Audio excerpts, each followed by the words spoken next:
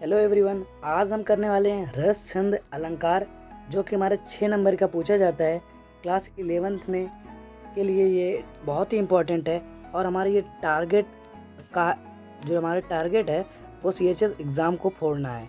तो चलिए हम बताते हैं, ये CHS एग्ज़ाम जो है इसी को हम क्रैक करने की तैयारी कराते हैं तो 100% 6 नंबर मिलेगा रस छंद अलंकार से। चलिए हम वीडियो को स्टार्ट करते हैं। तो वीडियो में आगे बढ़ने से पहले मैं बता दूं, अभी तक हमारा चैनल 78% लोगों ने हमारा चैनल सब्सक्राइब नहीं किया है। तो आप लोग से हमारी कोई दुश्मनी है क्या? नहीं है ना? तो सब्सक्राइब कर लीजिए। मैं आपका बड़ा भाई जैसे हूं, तो आप लोग सब्सक्राइब कर लीजिए। वीडियो स्टार्ट करने से पहले मैं आपको कुछ दिखाता हूँ। पहली बात तो मैं आपको दिखा दूँ, यहाँ पर मैं आज बहुत ज़्यादा स्लाइड लेकर आया हूँ। इतनी स्लाइड है, आप पूरा का पूरा करके जाइएगा। और हम आपको आज शेड्यूल दिखाने वाले हैं, जो कि शिवम की क्लासेस पे आपको शिवम की क्लासेस है, टाइम शेड्यूल रखा गया है। क्लास आपको 7 बजे सुबह मिलेगी यूट्यूब पर, और टेस्ट आपका 6 बजे होगा टेलीग्राम पर। सॉल्यूशन और क्वेश्चन 8 बजे आपका होगा व्हाट्सएप पे। तो आपके जो डाउट्स होंगे व्हाट्सएप पे जाकर आप लोग हमसे पूछ सकते हैं।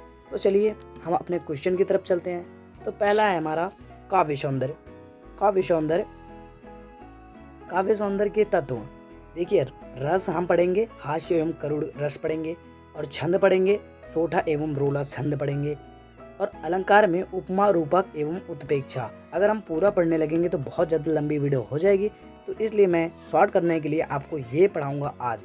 तो हमारा अगला पहले हम रस देखते हैं, उसके बाद हम बताते हैं। ये रस है हमारा।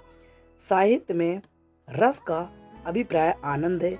काव्य को पढ़ने अथवा नाटक देखने से जो विशेष प्रकार का आनंद प्राप्त होता है उसी को रस कहते हैं, उसे रस कहा जाता है। रस को काव्य की आत्मा भी कहा जाता है। भरत मुनि के अनुसार विभाव, अनुभाव और संचारी भाव के संयोग से रस की निष्पत्ति होती है। रस के अवयव इसके 4 अवयभाव या अंग होते हैं: स्थायी भाव, विभाव, अनुभाव तथा संचारी भाव। इन चारों के संयोग से रस की निष्पत्ति होती है। तो हमने समझा रस क्या होता है और रस के अवयव क्या होते हैं। तो हम अपने नेक्स्ट स्लाइड पे तो स्थायी भाव का अर्थ है प्रधान भाव। जो भाव मनुष्य के हृदय में सदैव स्थायी रूप से विद्यमान होते हैं उसे स्थायी भाव कहते हैं। और विभाव जिसके कारण सहृदय को रस प्राप्त हो वह विभाव कहलाता है। अनुभाव क्या होता है? स्थायी भाव के जागृत होने पर आश्रय की बाहरी चेष्टाओं को अनुभाव कहते हैं, जैसे भय उत्पन्न होना, पर हक्का बक्का होना, रोंगटे खड़े होना, कंपन होना आदि, इसे अनुभाव कहते हैं। जो हमारा संचारी भाव होता है, आश्रय के मन में उठने वाले अस्थिर मनोविकार को संचारी भाव कहते हैं। ये मनोविकार पानी के बुलबुलों की तरह बनते मिटते रहते हैं, जबकि स्थायी भाव अंत तक बने रहते हैं। उदाहरण: हे खग मृग, हे मधुकर श्रेणी, तुम देखी सीता मृग नैनी। ये है हमारा करुण रस का उदाहरण। तो स्थायी भाव का होता है शोक, विभाव का सीता जी का हरण, और अनुभाव अश्रु व विलाप। संचारी भाव चिंता है। देखिए, इसमें हे खग मृग, हे मधुकर श्रेणी, तुम देखी सीता मृग नैनी, इसमें शोक जो है, शोक हो रहा है, यानी दुखी का इसमें प्राप्त हो रहा है। विभाव, इसमें सीता जी का हरण, ये है इसमें विभाव। अनुभाव क्या है? अश्रु व विलाप। और चौथा नंबर है संचारी भाव चिंता है कि उनको सीता जी मिलेंगी कि नहीं। तो हम अपने नेक्स्ट वाले पे चलते हैं। विभाव, अनुभाव तथा संचारी भाव के संयोग से जब हास्य नामक स्थायी भाव उत्पन्न होता है तब हास्य रस की निष्पत्ति होती है। उदाहरण: हंसी हंसी भाजे देख के दुल्हा दिगंबर को, पहुनी जे आवै हिमाचल के ऊँछौ में। स्थायी भाव इसमें है हास्य। विभाव है महादेव जी और उनकी वेशभूषा, यानी कि जो वो धारण करके गए थे, तब वहाँ पर सब लोग उनके शादी में जब वो सांप को कैसे सर्प को लपेट के गए थे, वैसे वहाँ पर हंसी का हो रहा था, सभी लोग उन पे हंस रहे थे। तो महादेव जी और उनकी वेशभूषा के कारण इसमें विभाव है। अनुभाव स्त्रियों का हंसना और भागना। संचारी भाव इसमें है हर्ष और भय, इसमें संचारी भाव है। तो हम अपने चलते हैं नेक्स्ट पे। तो हमारा नेक्स्ट है हास्य रस। हास्य रस में अन्य उदाहरण में हम देखते हैं, बुरे समय को देखकर गंजे तू क्यों रोए, किसी भी हालात में तेरा बाल न बाका हुए। ये भी हमारा हास्य रस का है। तो हमारा दूसरा उदाहरण है, हाथी जैसी तेरी गैंडे जैसी चाल, तरबूजे से खोपड़ी खरबूजे से गाल। ये भी हास्य रस है। जहाँ पर हमें हंसी की प्राप्ति हो वो हास्य रस होता है। तो हम अपने नेक्स्ट क्वेश्चन पे बढ़ते हैं, करुण रस पे। करुण रस विभाव, अनुभाव तथा संचारी भाव के संयोग से जब शोक नामक स्थायी भाव उत्पन्न होता है तब करुण रस की निष्पत्ति होती है। उदाहरण है, हे खग मृग हे मधुकर श्रेणी, तुम देखी सीता मृग नैनी। अभी मैंने इसको जस्ट इसके पहले बताया था कि स्थायी भाव इसमें शोक है, सीता जी का हरण, अश्रुवा विलाप चिंता संचारी भाव है, अनुभाव इसमें हश्रुवा विलाप है, विभाव सीता जी का हरण है। तो हम चलते हैं अपने नेक्स्ट क्वेश्चन पे। यहाँ पर करुण रस, इसमें कुछ अन्य उदाहरण है, इसको भी हम देख लेते हैं। तो इसमें मणि खोए भुजंग सी जननी, फन सा फटक रही थी शीस आंधी, आज बनकर मुझको किए नैन तुमसे जगदीश श्रवण कुमार की मृत्यु पर उनकी माता के विलाप का यह उदाहरण करुण रस उत्कर्ष उदाहरण है। स्थायी भाव शोक है और विभाव श्रवण कुमार दशरथ की उपस्थिति।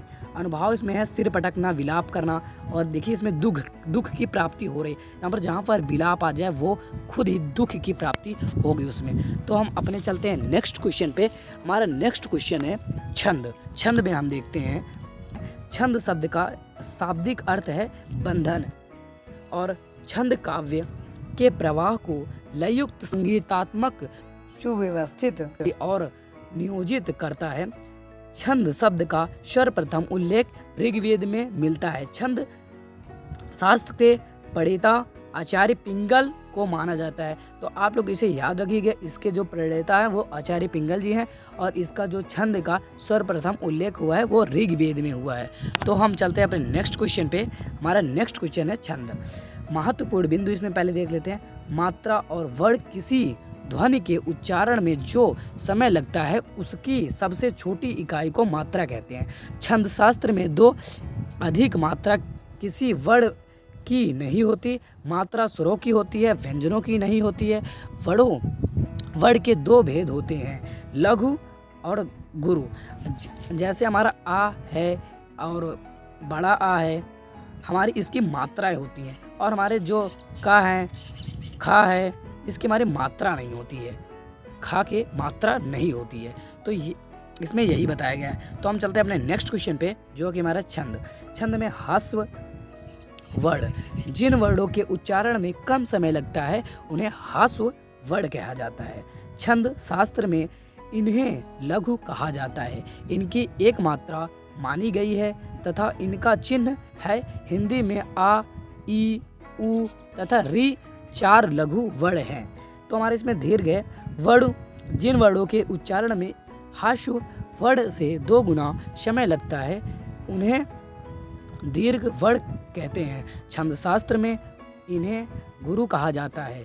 इनकी 2 मात्रा मानी गई है तथा इनका चिन्ह दीर्घ है।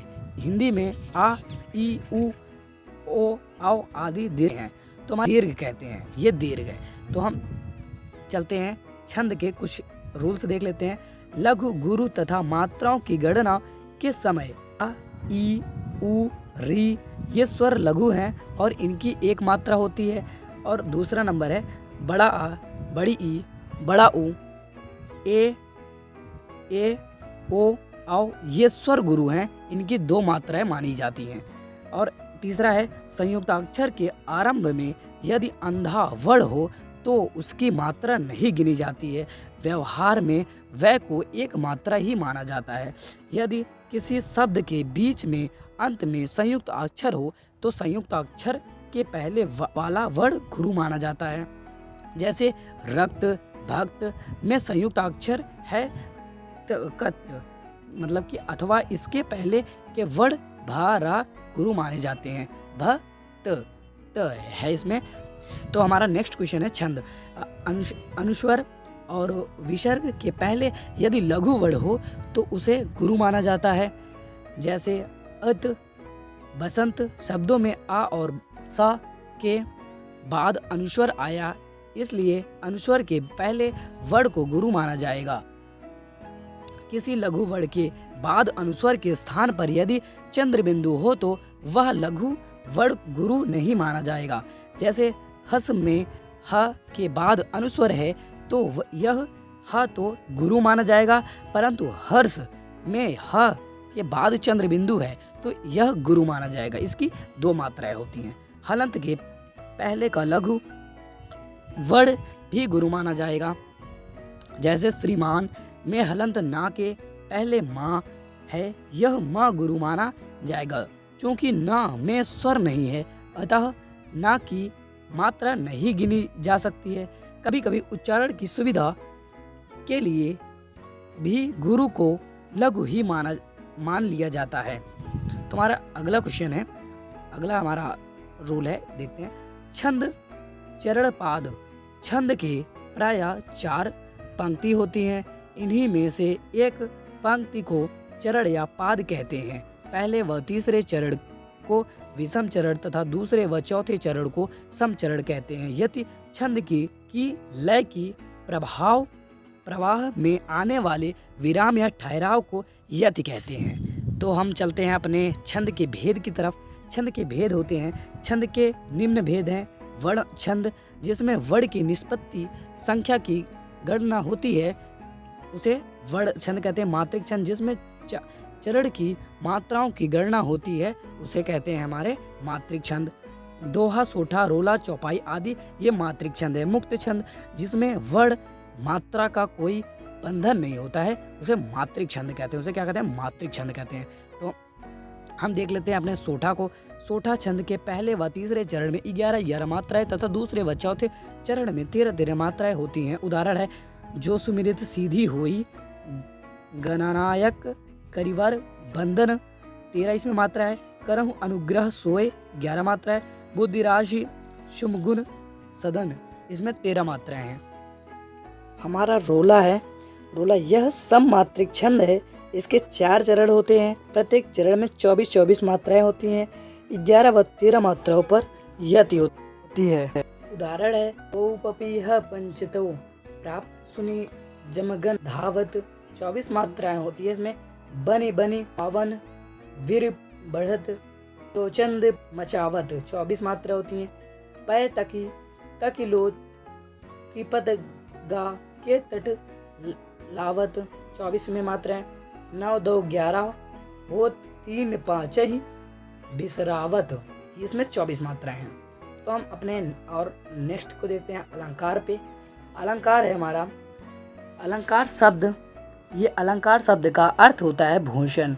यह 2 शब्द से मिलकर बना होता है। अल्म प्लस भूषण प्लस कार, करने वाला। ठीक है, अल्म का मतलब होता है भूषण और कर का मतलब होता है हमारा करने वाला। और काव्य की शोभा बढ़ाने वाले तत्वों को अलंकार कहते हैं। इसके प्रयोग से शब्द और अर्थ चमत्कार उत्पन्न होता है। अलंकार के 2 भेद होते हैं, शब्दालंकार और अर्थालंकार।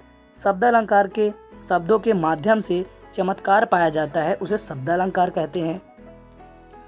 और अर्थ के माध्यम से चमत्कार पाया जाता है, उसे अर्थालंकार कहते हैं। तो हमारा नेक्स्ट है अलंकार के भेद। देखिए, शब्दालंकार होता है, अर्थालंकार होता है, ये तो हमने पता कर लिया। पर शब्दालंकार के भी कुछ भेद हैं और अर्थालंकार के भी कुछ भेद हैं। तो यमक है, शब्दालंकार के अनुप्रास है, श्लेष है। और अर्थालंकार के हैं यमक, उपमा, अनुप्रास, रूपक, श्लेष, उत्प्रेक्षा। मानवीकरण भी है पर आपके सिलेबस में नहीं है। तो हम उपमा अलंकार को देखते हैं। जहाँ 2 भिन्न वस्तु अथवा व्यक्ति में समानता का भाव व्यक्त किया जाता है, वहाँ उपमा अलंकार होता है। उपमा अलंकार के 4 अंग होते हैं। पहला, उपमेय, वह वस्तु या व्यक्ति जिसकी किसी दूसरी वस्तु या व्यक्ति से तुलना की जाए, उसे उपमेय कहते हैं। उपमान, जिस वस्तु या व्यक्ति से उपमान की संभावना की जाती है उसे उपमान कहते हैं। साधारण धर्म वह गुण जिसके कारण उपमेय तथा उपमान में व्यक्त की जाए उसे साधारण धर्म कहते हैं। वाचक शब्द वह शब्द जिसके द्वारा उपमेय तथा उपमान की समता प्रकट हो, जैसे सम, सा, सी, से, सरिस, समान आदि। ये उपमा अलंकार की पहचान है।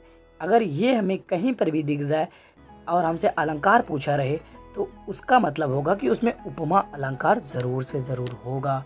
तो हमारा उपमा अलंकार के कुछ उदाहरण देख लेते हैं। कर कलम के समान सुंदर है। अब देखिए इसमें सम आ गया, इसमें क्या आ गया, सम आ गया, देख रहे हैं ना अब यहाँ पर सम, ठीक है। इसमें स्पष्टीकरण का उपमेय कर हाथ मतलब हो गया। उपमान इसमें होगा कमल, साधारण धर्म है सुंदर, वाचक है समान। एक और देख लेते हैं, मुख चंद्रमा सा सुंदर है। अब देखिए इसमें सा आ गया, सा आ गया, तो इसमें उपमा अलंकार हो गया। उपमेय इसमें मुख है, उपमान चंद्रमा है और साधारण धर्म सुंदर है और वाचक शब्द सा है। और तो हमारा उत्प्रेक्षा अलंकार है। जहाँ उत्प्रेक्षा में उपमान की संभावना की जाए वहाँ उत्प्रेक्षा अलंकार होता है। जनु जानो मनहु मानो, जनु जानो मनु मानो मनहु, ये उत्प्रेक्षा अलंकार है। ये आप लोग ध्यान से इसको पढ़ लीजिए। ये यहाँ से और यहाँ तक आप लोग इसको याद कर लीजिए, क्योंकि यही से पेपर में क्वेश्चंस बनते हैं। तो हम और आगे देखते हैं। आदि इसके वाचक शब्द होते हैं। उदाहरण इसमें जिसमें भी आदि लास्ट में लगा रहता है उसे उत्प्रेक्षा अलंकार कहते हैं। पर कभी कभी नहीं लगा रहता है तो आप जनु जानो मनु मानो मनहु से पहचान सकते हैं। जैसे एक उदाहरण दिया गया है, सोहत उदय पीठ पटु श्याम सलोने गात मनहु नीलमणि शैल पर आत अतापु परव प्रभात। देखिए इसमें मनहु शब्द आ गया, क्या आ गया, मनहु शब्द, तो इसमें उत्प्रेक्षा अलंकार हो गया। स्पष्टीकरण श्री कृष्ण उपमेय है। इसमें पीतंबर पहने हुए उनके शरीर को देखकर ऐसा लगता है मानो नीला पर्वत हो, पर प्रभाव के सूर्य का प्रकाश उपमान पड़ रहा है। तो हम चलते हैं अपने नेक्स्ट क्वेश्चन पे। तो हमारा अगला क्वेश्चन है, अगला है उत्प्रेक्षा अलंकार। अगला हमारा अलंकार है उत्प्रेक्षा अलंकार। देखिए उत्प्रेक्षा अलंकार तो हमने पीछे दिया, पर यहाँ पर अन्य उदाहरण दिए हुए हैं तो हम अन्य उदाहरण को देख लेते हैं। जैसे सिर पट गया उसका वही मानो रूढ़ रंग का घोड़ा। देखो इसमें मानो आ गया, मानो शब्द आ गया, तो ये क्या है, उत्प्रेक्षा अलंकार है। उस काल मारे क्रोध के तन कांपने उसका लगा मानो हवा के जोर से सोता हुआ सागर जगा। देखिए इसमें मानो शब्द आ गया इसमें भी। तो ये सारे हमारे उत्प्रेक्षा अलंकार के हैं। तो हमारा वीडियो एंड हुआ, पर आप लोग हमारे ऐसे और भी हेल्पफुल वीडियो पाने के लिए हमारे चैनल को सब्सक्राइब कर लीजिए और हमारे टेलीग्राम चैनल को जरूर से ज्वाइन करिए। टेलीग्राम चैनल को ज्वाइन करने के बाद यहाँ पर आपको व्हाट्सएप भी दिया गया है। तो इसी के साथ हमारा ये अलंकार वीडियो एंड हुआ। और आपको मैं बता दूं कि कल हम लाएंगे टोटल यही पूरा जो हमने आज पढ़ाया है, इसी का कल बहुविकल्पी आएगा। तो टोटल 40 बहुविकल्पी होंगे, 40 या फिर 36, पर देखना कल जितना भी आए तो आप लोग जरूर से कर लीजिएगा। तब तक के लिए जय हिंद, जय भारत।